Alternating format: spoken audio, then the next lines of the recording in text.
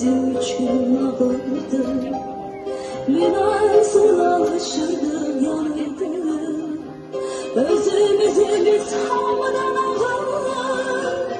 Özümüzü bilemekte ve sanırdı. Mektebirleri